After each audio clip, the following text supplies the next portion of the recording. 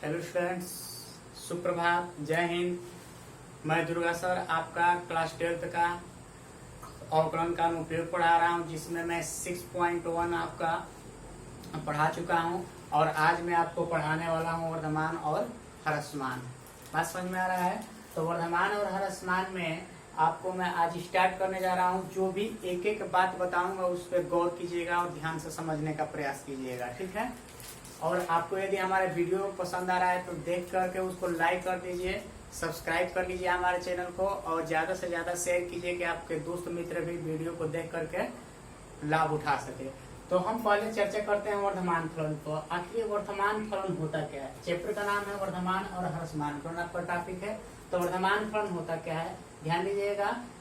वास्तविक मान फलन f(x) खुले अंतराल ab में वर्धमान कहलाता है यदि सभी x, x2 एप्सिलॉन ab के लिए x1 less than x2 equal fx1 less than r equal fx2। बात समझ में आ रहा है?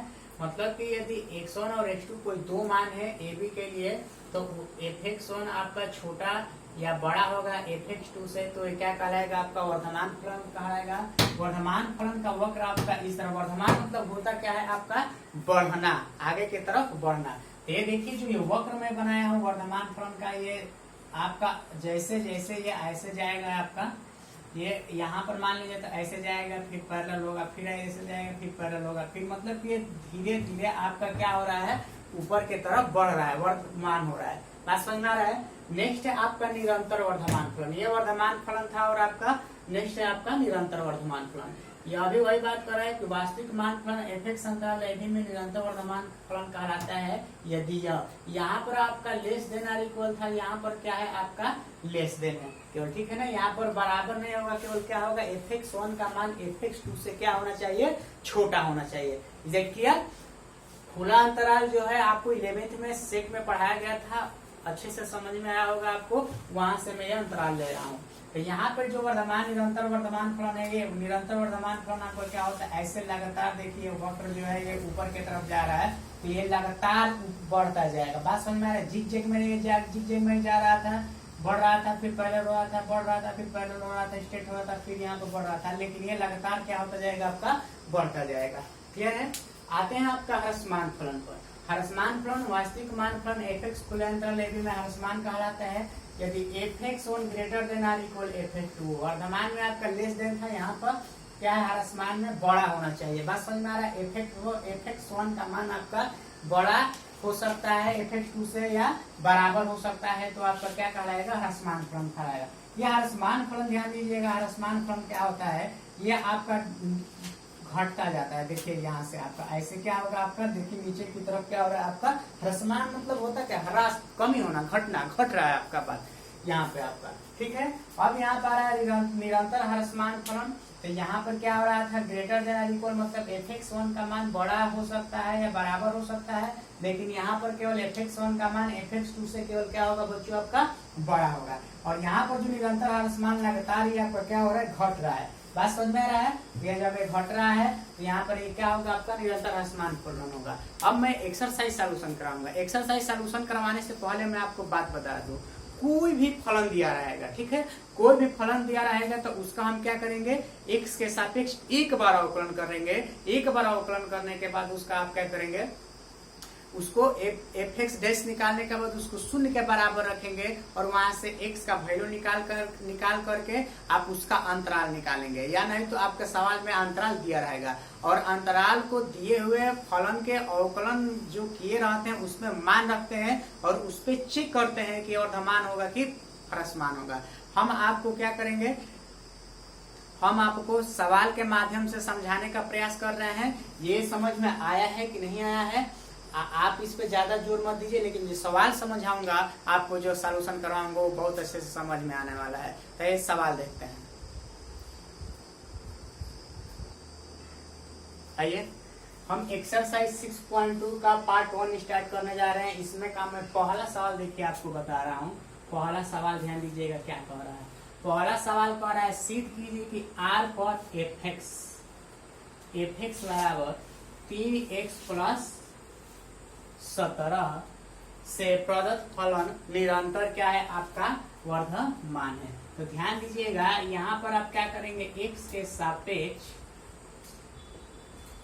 के सापेक्ष अवकलन करने पर, तो x के सापेक्ष अवकलन करेंगे तो हो जाएगा f डैश x बराबर केवल 3 और यहाँ से प्लस 17 का अवकलन 0 होगा।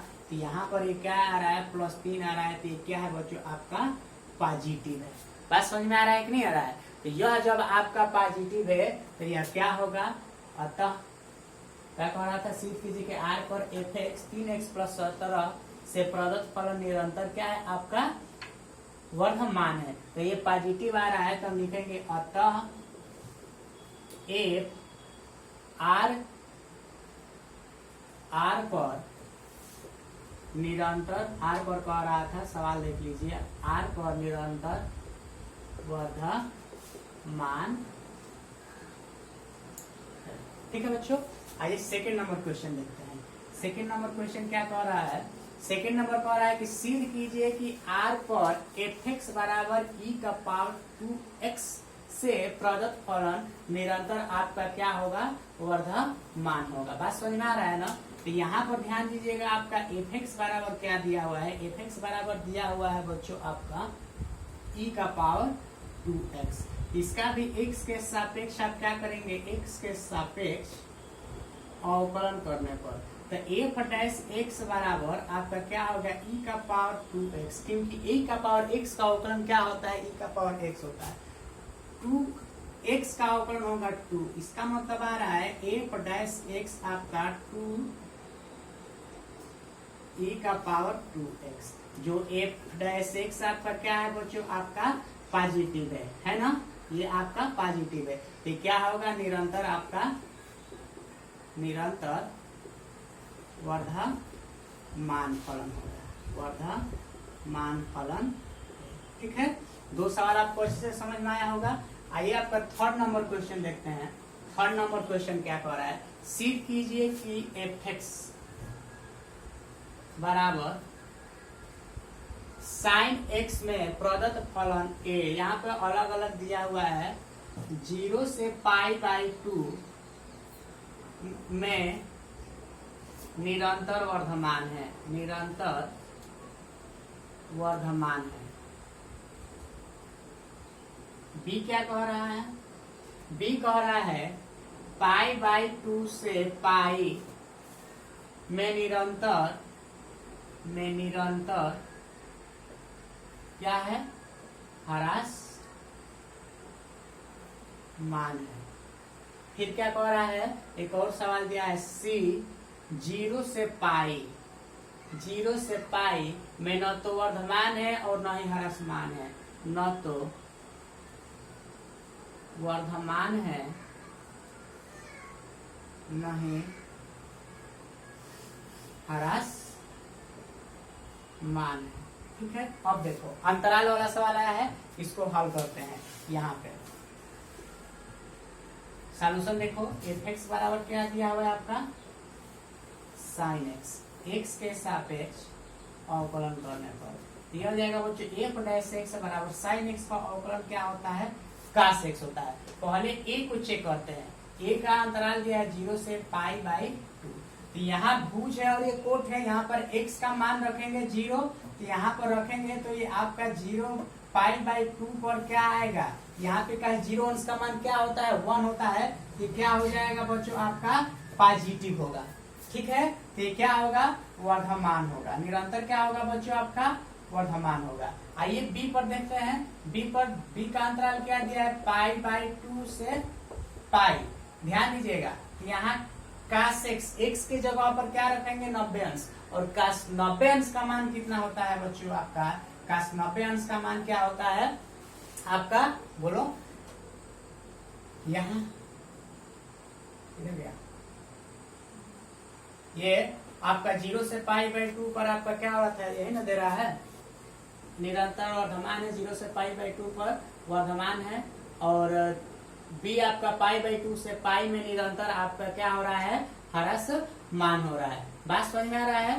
तो अब ध्यान दीजिएगा, यहाँ पर हम जब रखेंगे तो यहाँ पर आपका निगेटिव आएगा। बात समझ में आ रहा है कि नहीं आ रहा है। तो तो जब ये मान हम यहाँ पे cos x के स्थान पर रखेंगे तो ये जब ये आपका क्या आएगा, निगेटिव आएगा, ये निरंतर क्या होगा बच्चों, आपका ह्रासमान आएगा। जब निगेटिव आएगा तो ह्रासमान आएगा, और जब पॉजिटिव आएगा तो आपका वर्धमान आएगा। और इसको आप खुद से कीजिएगा, नहीं आएगा तो आप कमेंट बॉक्स में कमेंट कर दीजिएगा, उसको मैं बताऊंगा, ठीक है।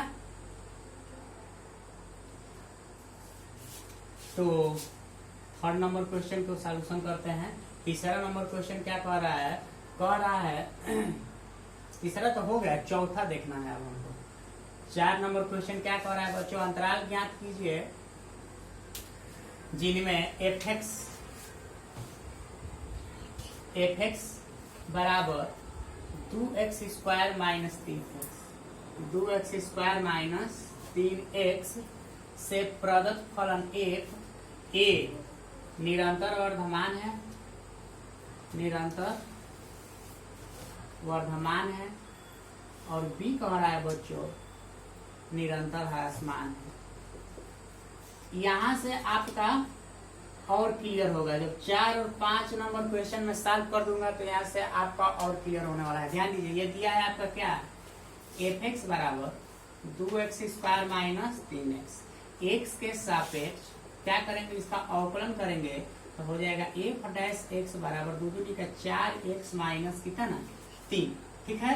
तो यहाँ f डैश x बोले ना, शुरू में बोले कि एक का x के सापेक्ष अवकलन करेंगे, f डैश x को 0 के बराबर रख के x का मान निकालेंगे, तो यहाँ पे 0 के बराबर कर दिया।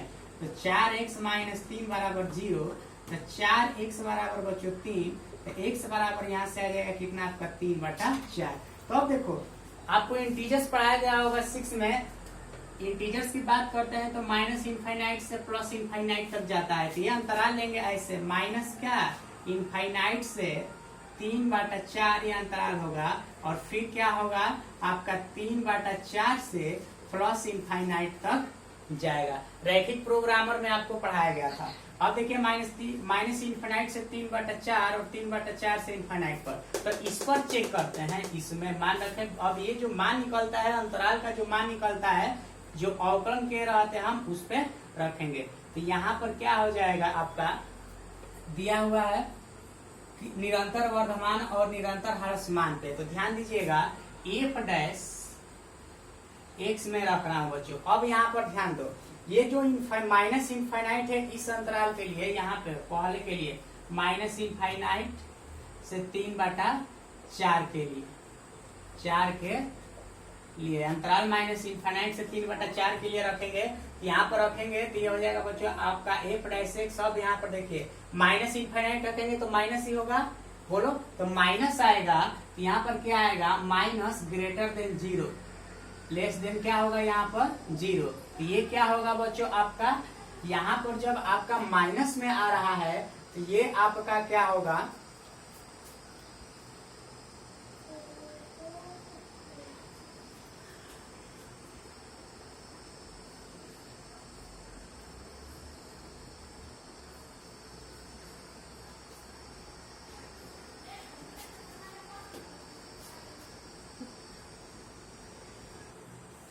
तो माइनस में आ रहा है। यहाँ पर माइनस इनफिनाइट जब यहाँ पर रखेंगे तो माइनस में होगा, तो ये क्या होगा आपका ह्रासमान होगा। किस अंतराल पे, माइनस इनफाइनाइट से 3/4 पे ह्रासमान होगा। अब हम क्या करते हैं, 3/4 से प्लस इनफाइनाइट के लिए लेते हैं बच्चों, ध्यान दीजिएगा। तो इसके लिए लेंगे यदि आप, तो इसके लिए लेते हैं तो यहाँ से 3/4 रखो, f डैश x बराबर, यहाँ 3/4 रखो, तो 4 से 4 कट जाएगा, 3 माइनस 3 0। यहाँ पर क्या आएगा आपका पॉजिटिव ग्रेटर देन 0। तो इस पे माइनस 3/4 से इनफाइनाइट के लिए आपका क्या होगा बच्चों, आपका वर्धमान होगा। ठीक है, उम्मीद करते हैं अच्छे से आपको समझ में आया होगा। जो 5 नंबर क्वेश्चन बताएंगे आप इससे और क्लियर होने वाला है यह एक्सरसाइज। ठीक है, जो 5 नंबर क्वेश्चन बताने जा रहा हूं उस पे एक एक क्वेश्चन पे, एक एक बात पे आप क्या कीजिएगा, गौर दीजिएगा। कह रहा है कि अंतराल ज्ञात कीजिए जिनमें fx बराबर दिया हुआ है बच्चों 2x³ minus 3x² minus 36x plus 7 से प्रदत्त फलन f निरंतर वर्धमान तथा निरंतर ह्रासमान है। तो हमने क्या बोला, कोई भी फलन दिया रहेगा उसका x के सापेक्ष अवकलन करेंगे, x के सापेक्ष अवकलन करने के बाद f डैश x को 0 के बराबर रख के x के मान निकाल करके आपका अंतराल निकालेंगे। यहाँ पर x के सापेक्ष अवकलन करने पर f डैश x बराबर 2 तिया 6x माइनस 3 दूनी 6 और यहाँ पे हो जाएगा माइनस 36।